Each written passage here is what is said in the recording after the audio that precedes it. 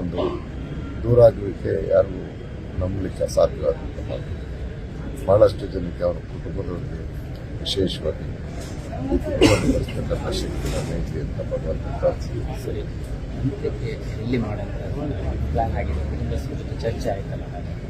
ನಾನು ಅವರ ಜೊತೆ ಮಾತಾಡಿದ್ದೇನೆ.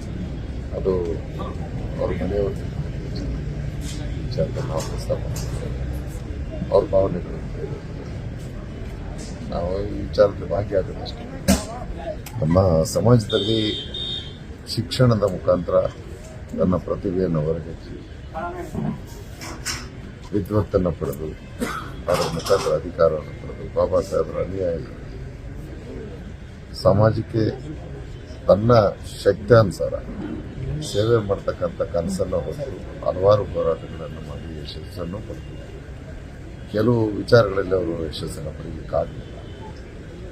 ಅದರ ಉದ್ದೇಶ ಸಮಾಜಕ್ಕೆ ಒಂದಲ್ಲ ಒಂದು ಒಳಿತನ್ನು ಉಂಟು ಮಾಡಬೇಕು, ಬಾಬಾ ಸಾಹೇಬರ ಚಿಂತನೆಗಳಲ್ಲಿ ನಾವು ಬದುಕಬೇಕು ಅನ್ನೋಂಥ ಮಹಾನ್ ಒಂದು ಚಿಂತಕ ಇವತ್ತು ನಮ್ಮ ಸಮಾಜದಿಂದ ಅಗಲಿದ್ದಾರೆ.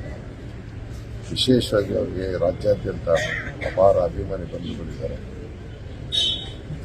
ನಮ್ಮದೇ ಆದಂಥ ಒಂದು ಸಮುದಾಯದ ಒಂದು ಹೆಸರಿನಲ್ಲಿ ಸಂಘಟನೆಯನ್ನು ಪ್ರಾರಂಭ ಮಾಡಿದಂಥ ಪ್ರಥಮ ಅಧಿಕಾರಿ ಅಥವಾ ನಮ್ಮ ಸಮಾಜದಲ್ಲಿ ಪ್ರಥಮ ವ್ಯಕ್ತಿ